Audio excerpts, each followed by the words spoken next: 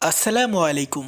সিরিয়ার সাম্প্রতিক রাজনৈতিক পরিবর্তনের পর তুরস্ক ও ইসরায়েলের মধ্যে উত্তেজনা বৃদ্ধি পাচ্ছে। ইতিমধ্যেই তুরস্কের প্রেসিডেন্ট রিসেপ তাইফ এরদোয়ান সিরিয়ায় দুটি সামরিক ঘাঁটি স্থাপন এবং 50টি F-16 যুদ্ধবিমান মোতায়েন করার পরিকল্পনা করেছে।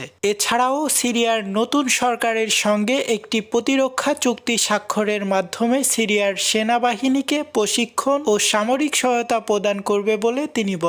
অন্যদিকে ইসরায়েল সিরিয়ার বাফার জোনের কাছে একটি নতুন সামরিক ঘাঁটি নির্মাণ করেছে।